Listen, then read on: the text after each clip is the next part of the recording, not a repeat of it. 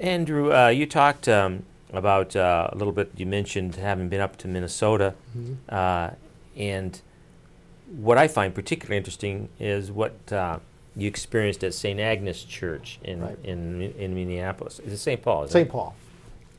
And you lived there for a while with the world-renowned liturgist Msgr. Schuler. I did. Can you talk a little bit and share with us a little bit about, first of all, how you got there and what you did there and what it was like there? Sure. Yeah, no, absolutely. When I left seminary, I determined at that point that I needed some time away, but I didn't want to make a complete break. I had known Msgr through my time in college and through some of my various talking and back and forth and those kind of things, and he invited me to come live in the parish and live in the rectory with him to continue to discern and to kind of ease my way one way or another. Msgr. Schuler he passed away in 2007, but Msgr. Schuler was quite possibly the greatest musicologist of the 20th century. And you'll hear people say, oh, well, that can't possibly be the case. Well, to give a little bit of history on him, in 1954, he started the Twin Cities Catholic Chorale, which at the time would travel around to the various parishes and sing orchestral Viennese high masses. So the great masses of Mozart, Schubert, Bach, Beethoven, those types, of masses, and he would put them into the scope of the liturgy. So they fit, and they would do what they were intended to do. So when Mozart wrote, the Great Mass in C minor, that wasn't intended to just be a concert piece. It was intended to be part of the liturgy. That's what Msgr. Schuler promoted. He promoted authentic liturgical action and reaction by the faithful. And as the conciliar period took place, he was the weekend assistant at St. Agnes under Monsignor Rudolph Bandus. Monsignor Bandus was a great liturgist in and of himself and was actually Periti over in Rome. Really? So Msgr. Schuler was left in charge of the parish while Monsignor Bandus would go over. So as the liturgical changes were coming, Bandus would send word back to Schuler, and he would say, make these changes. So literally, as the council made the changes, Monsignor Schuler implemented the changes. Once the council was complete in 64 was when the liturgical aspects of it more or less ended, and the transitions took place. They continued right along the lines, following the rubrics exactly the way that it was. That continued until 70 when the next set of rubrics came along. But at that point, when the radical break, as they're talking about now, the hermeneutic of discontinuity took place, it didn't happen at St. Agnes. Msgr. Schuler continued this hermeneutic of continuity all the way back from 1964 through 70 through 75, continuing on up until today. Can we pause for a moment and explain a little bit about what the hermeneutic of continuity is versus the hermeneutic of discontinuity? Sure, absolutely. Hermeneutic of continuity is this concept that the conciliar documents intended for the liturgy to make a seamless transition from the Tridentine period into the post-conciliar period, or the Pauline period. The Mass of Paul VI is the newer form. What happened was, at some point during that time frame, there was a break. Right. I guess that would probably be the best word to put it, in the continuity, or in the understanding of the meaning of the liturgy.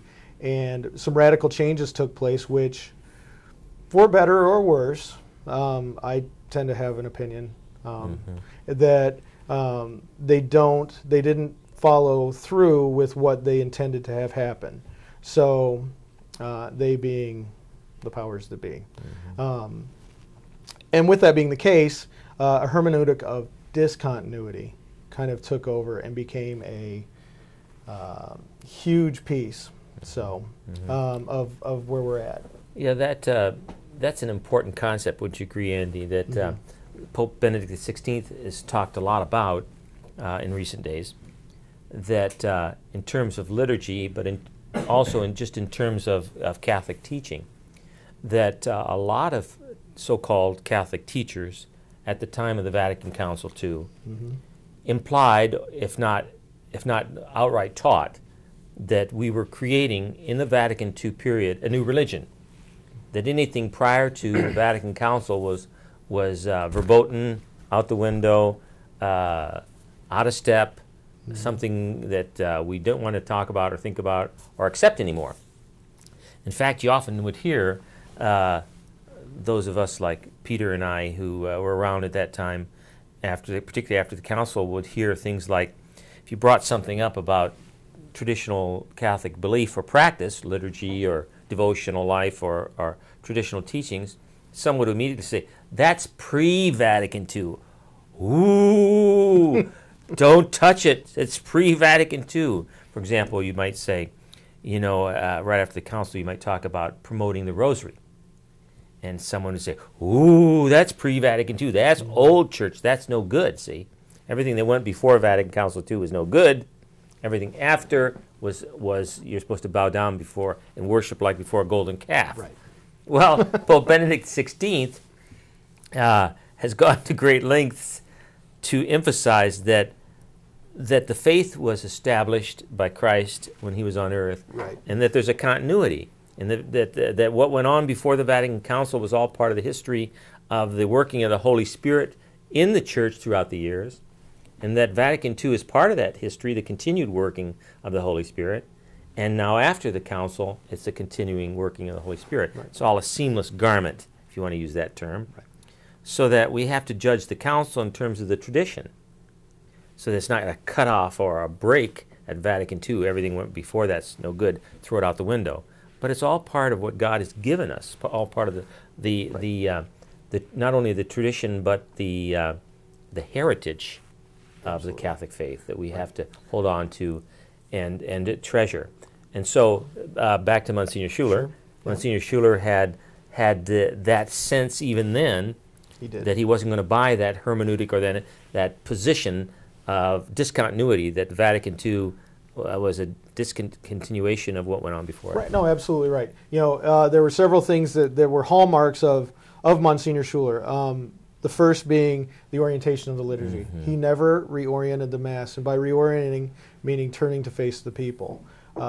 If you look at what the documents of Vatican II, Sacrosanctum Concilium, the post-conciliar documents, including Missale Romanum, which came out from Paul VI, up into today, when you look at the new additions to the Missale Romanum, the Missal itself, it never intended for the Mass to be turned around.